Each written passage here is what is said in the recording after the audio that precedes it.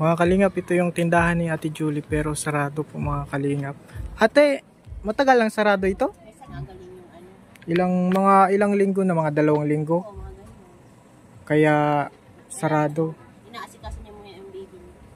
Oo. So sarado mga kalingap yung ano ni Ate Julie. Ilang linggo na po. Ayan po mga kalingap. At ilang linggo na pong sarado yung tindahan ni Ate Julie. Puntahan po natin doon sa bahay nila. Mga kalingap. Mga kalingap, ito po yung ano, bahay natin kila Ate Julie. Tao po. Basta na Ate Julie. Parang pumayat ka. Hello MJ. Bless MJ. Bless. Bless kayo na. Bless kayo na. Bless. Payat po si Ate Julie. Bakit ka nagpayat? Minsan po parang nadilim bigla din ang paningin. Ay, pwede bang hinaan natin yung TV?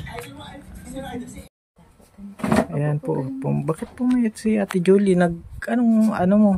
Ewan ko po kalina. Ganito na po talaga nag-ano kahit po minsan. Nagbabagsak ang katawan mo. Anong sabi nung doktor? Ano po, bali po yung sa pekis po, wala man na daw po yung kagamitan ng kalina. Ano lang yun para... Parang lubo na lang daw po kung lubo niya. Kasi alam ko daw yung chan ko. Parang ganun yung sabi. Ito po yung kagamitan. Pero doon naman po sa ano, hindi naman daw po pala totally butas yung sa mataas ko kay Kamawa. Yung mga ugat ko daw po namamaga na. Oo. Namamaga na daw po yun. Oo. Kamusta yung tindahan mo? Hindi mo na naasikaso? Minsan po kasi kalinga po sabi ko bakang dinudugo ako. Minsan naiyak mo sa syempre sa excited ko mag-ano nakakalimutan din po ako. Minsan naano ko po, taragusan din po ako. Tapos naadating na din po yung time kalingap na nadilim na din bigla ang paningin ko. Tapos po nagdating na din po yung time na yung braso ko po namamaranhid. Sa dala po siguro sa nagkapon na pagluto-luto kasi mabenta po yung sa turundang-dang po bago yung kamay kalingap. Nahugas ko po pagkatapos ano po yun, naramdaman. Napasma ka? Na-over Nasa sarili na lang baga kalingap na parang pag naman hindi ko maibalik minsan.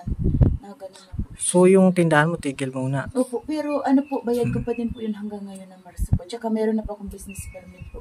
Oo. Kumbaga pahinga muna. Pahinga lang po talaga kalingap kasi ano po ay, tsaka tama man yan. Unahin mo yung kalusugan. Tapos, kailan ka babalik sa pagtinda? Okay na po ako. Kalingap na ano na po. At madami na din po nagsasabi sa akin na bakit po nakinto ako. Sabi ko, pahinga muna kasi kako mahirap pag ano pa lalo yung nararamdaman ko po. Di lalong din ako makano. Sabi, dapat meron kanyang tagahugas, meron ka tagano dyan. Sabi ko, syempre naman po baga. Pag ano po baga di ko maasali yung ibang anak ko po. Di paano yan, Ate Julie, mauubos yung ipon-ipon mo? Ano po, bali yung ibang paninda. May mga paninda po ako doon sa loob. Yung mga hindi po na kalingap. Kaya nung uling, yung walis, yung ano doon. Nando po isa lang ng tindahan. Tapos yung iba po, nasa rep. Yung iba man po, medyo na ano ko na po. Nababawasan mo na. Nag-i-stop pa po ako ay nung March 7 pa po. Yung medyo talaga pong ano na po, yung ano po. March 7, no? March 7 pa po ako. Pero bayad ko pa naman po sa barangay yung renta ko. Kaya lang po, syempre po, bawal. Hanggang ano yun, hanggang ngayong buwan? Ngayong buwan po yun. Pero yung sa business permit ko po, 1 year na po yung bayad na po. Meron na po ako dumating. Kailan dumating yung business permit mo? Ano po, dumating po yun ng March 10 po. March 10 lang din. Sa parang eatery na din yun, may pagkain na din. Yun nga po nakasulat yung Julie's Eatery po. Kasi may pagkain. Opo. Tapos ano po, bali, aalisin din po kami dyan, Kalinga pa ibang lilipat kayo. Po kami dyan. Diyan na po kami sa may covered court na po. Gagawin na po yung terminal ng mga tricycle. Kumusta ang buhay-buhay, Ate Julie? Ito po, nahiya na po, lalong-lalo na po sa mga nagtulong sa nahiya na din. Tapos bigla po, kaya po lalo na po kay mate, alam ko po na sobra na pong na-disappoint na po siya kasi ganito. Pero po, talaga po, nasuko po ang katawan ko din Kalingap. Suko din po yung katawan ko. Ano po, siguro po sa Di naman po sabihin natin lagi malakas pong katawan natin na dating din po yung parang tining po baga kalingap sobrang pag-aabuso sa katawan. Overpatig na din po siguro. Nagkada halo-halo na po yung mga naramdaman ko kaya nang dinudugo po pag ako araw-araw. Tapos pag naginginig na po yung braso ko, minsan namamanhid na po. Tapos minsan pag bigla ko pong tayo, natilim na po yung paningin ko. Parang vertigo ba? Sabi nga po ng mga torches sa akin, ba't Vertigo. parang ang putla mo? Sabi ko, Oo nga eh, parang ano ka, naglabas nagpayat po ako ka. kahapon. Ba't ang putla mo, tapos parang nagpapayat ka? Sabi ko, hindi ko po alam. Basta po kasi may time po kalingap na pag nagkain po ako, minuto lang kaliwak na mag-ano yan sa tiyan ko. Kailangan po i-CR po agad yun. Parang di tinatanggap ng tiyan ko po.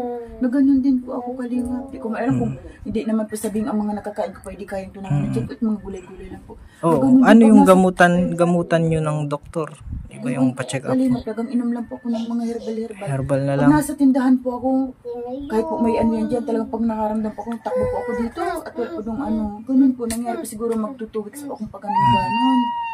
Kung bakit po na ganun yung ano ko sa ba't ano ka ako mga naano ko po sa katawan ko.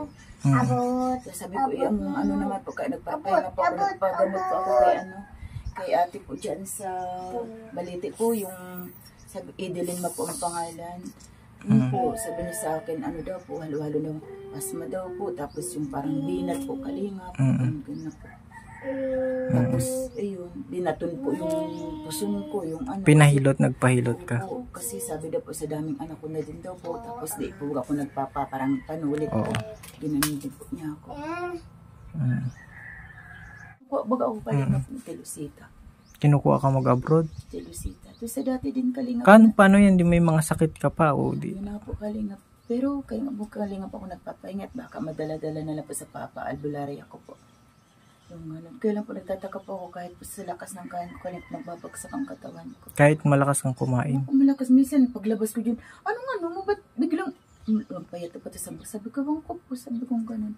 Alam, magpaano kat baka niyan. Di mo alam kung ano ng ano mo. Tapos ang putla-putla ako. Tapos hindi ko man po masabing araw-araw po akong dinudugo kalina. Tsaka nadilim ng paningin ko pag bibigla akong tayo. Nakakaano na din po ako. Parang... Pero nung ano po ako sa doktora, naman po ako nung sa vitamins nga daw po. May vitamins ka na? Oo, yung sa center po na naman po ako ng ganun. Kailan talaga nadating yung kalingap na yung 2 linggo po talaga ako kalingap na pagkakain ko. Talagang parang ayutak na pinangtiyan ko. Ayan. Nakikita ko ng mga tatakbo. Bakit? Anong emergency ako? Hindi ko na po talaga kaya man. Ganun ako kalingap siguro sa isang araw nakakalima akong patakbo-takbo dito. Na ganun po talaga. Tapos yun po, sabi ko, maganda yung ano mo po pag umaga, parang ano ka sa pagluto, may madating na naman po na issue na ganyan.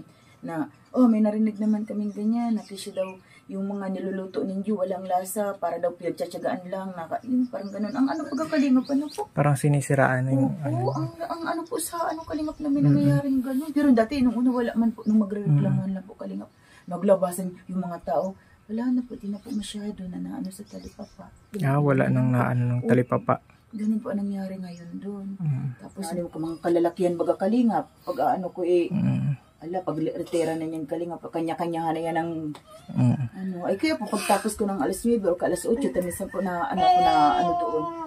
Lahat ko po yan, lahat ng ginamit o hugasan ko kahit pagod na po yung kamay ko. Ay, siguro po sa ilang buwan ko po pag ganun, ayan, naramdaman ko na po na minsan po, may hawak ko minsan ay natarigas na po ko. Nabibitawan mo na. Natarigas na po. Sabi ko, Diyos ko, baka pumalitsro ko kung ano na po yun. Sabi, hindi daw kasi sa damitan ko daw po yun sa init tapos biglang mabasa. So, anong plano mo ngayon, Ate Julie? Na ano mo ngayon? Yung kalingap, ako po sige na mag-business, kailan po kalingap sa mga tao na din po. Baga kasi yung nangyayari nga po parang sabi ko naman, buti po yung mga nakatabi ko po at malalaki yung puhunan nila. Meron ata po silang kaya meron silang mga sariwang gulay. Siyempre yung sariwang gulay, once na hindi mabenta, pwedeng lutuin. Ako po talaga kalingap, kung ang binibili ko, lutuin ko lang po talaga. Yung ko, talagang nadating na po yung time na mula lang po magbarangay yung kalingap. Naghina na po talaga. Kasi parang... Naghina na yung talipapa. Naghina po talaga kalingap. Kahit po dapat meron tayong alternative. Nagdating po yung parang nagalit yung mga tao na dati pong customer ng mga nagro-rolling store. Kasi 2009 po siya start Kami ngayon lang po. Ayun po. Pero dati nung kalingap wala man yung ako pa lang wala pa man pong nareklamo. Okay po yung sitwasyon po doon. Siyempre Pero naman po, ngayon, para ano naman na? po sa mga nagreklamo at meron po silang sariwang gulay, mga sangkap, mga niluluto. May mga chicken, may ano. Nagreklamo sila kasi siya nag-iikot. Eh sila po may pwesto. Nagbibigay sila ng ano mismo sa barangay. Kaya nagreklamo po sila. Isa man ako sa nag-ano kasi siyempre may luto na din po kasi siyang tinitenda. Ano po So, yun? ganun. Bali po kalingap siya bagay yung ano. Yung... Alin, yung, oo, kilala ko yun. Yun po, yun kalingap. Kaya, ano na sila, tigil na siya doon sa ano. Nandiyan na lang po siya kalingap sa message hotel sa Mambay. Nandiyan na. Ay, dito, balite po, nandiyan na lang po siya. Pero, ang bali-balita po dito, naluto po siya dyan, ibinabagsak po dito. Ewan ko po saan dito sa amin. Luto na yun. So, di syempre, ano silbi pa po ng mga luto namin doon? Kung mayroon po baga kung wala na din kasi nandiyan siya nagbabagsak dito sa amin. May mga GC daw po ng kalingap. Diskarte lang din, Ate Julie. Oo. Ang kalagayan mo, Ate Julie. Pero ngayon, sa pang-araw-araw mo, okay man ang ano. Okay naman kalingap. Ano naman po sa pang-araw-araw. Tapos laking tulong po nitong mga tanim kong gulayin. At syempre po pag wala ka po kalingap income, sa ano-ano mo na lang iyan. Sa pang-araw-araw, ito dito kami nakakaano kalingap sa pang-ano-ano namin. Pero okay na po yung kalingap kasi sabi ko naman po makarecover lang po itong katawan ko. Hindi ko lang po talaga masyadong inaano kasi doon ko po naisip na mahirap yung kalingap na pag ako na po talaga yung nagkasakit. Mahirap din pag ikaw nagkasakit, Ate Julie. At yun pala muna, kumbaga pansamantala Ate Julie. Pansamantalang stop yung tindahan mo.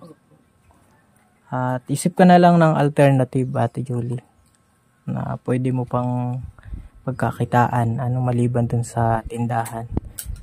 Ate Julie. Ano po kasi para po baga minsan parang wala po baga kalingap na parang sabi baga yun, originality. Opo kalingap kasi minsan Ganyan talaga, Ate Julie, sa negosyo. Gaya-gaya lang yan Pag pumasok ka dyan, talagang matututo ka dyan. lawakan na lang po baga ng pangunawa. Pero Diskartihan na lang. Oo. Uso bagay yung online na yung iba. I-chat mo na, luto ka o ma-order ka ng ganito. Ganon. Diskartihan na lang. Ate Julie. Pero naano din po ako kalingap sa ko. Wow, sa dati, sa ano ko na, minsan masama, yung mga nasasalubong ko. Nasabi, bakit di ka na nabukas? Anong mo? Sabi ko, pahinga muna po. Di ko lang po sila sabi sa kanila na ganito po yung sitwasyon. Na, kumbaga, humina yung humina. Kasi doon ko po talaga ng ilang, minsan nga po, sabi ko, Diyos ko, ano ba ito? Naluto po ako minsan mga 5 putahe, 7 putahe. Minsan po, mababawas ng kahit kunti-kunti lang. Nakakaano man kalingap na pagka di ba ilalagay mo lang sir, pagka mag-ibititinda mo din ulit. Hindi naman po ganun. Kasi syempre, tanda man po nila, nakakalimos ko mga 2 araw, ganun bago. Pero syempre, yung mga pang-ano-ano sa may naipon-ipon ako, para pamalingkik ko din na naman po. Pero pilitin mong ibangon mo kasi para patunayan mo na. Kasi kalingap, may time din naman po kasi maganda rin doon. Kasi gaya na po ng mga Taiwan po napunta dito, yung mga galing sa Dain, sa kung saan nakarain na po talaga dyan. Nakakatuwa po kasi itong parang, sabi ko, ako lang naman yung tao po baga na parang, yung lang na tao. Tapos, kasi sa luto ko, may makain na makakarating na may halimbawa po baga yung mga, kikita mo naman ng mga bigati na tao, yung may mga makain yan. Parang masarap sa pagkaroon ng kalingap ganyan. Tapos, hanapin yung luto, hanapin yung luto na masin. Kahit nga po ulo lang ng manok, fried kong ulo ng manok. Inaano din nila yun. Pero sa nag-iihaw-ihaw po, 3 ulo, 10. Sa akin po, isang piraso lang, 5 piso. Pero mas nauubos po yun sa akin, kahit 5 piso lang yun. Sa kanila 3. Depende po kasi kalingap sa timpla din.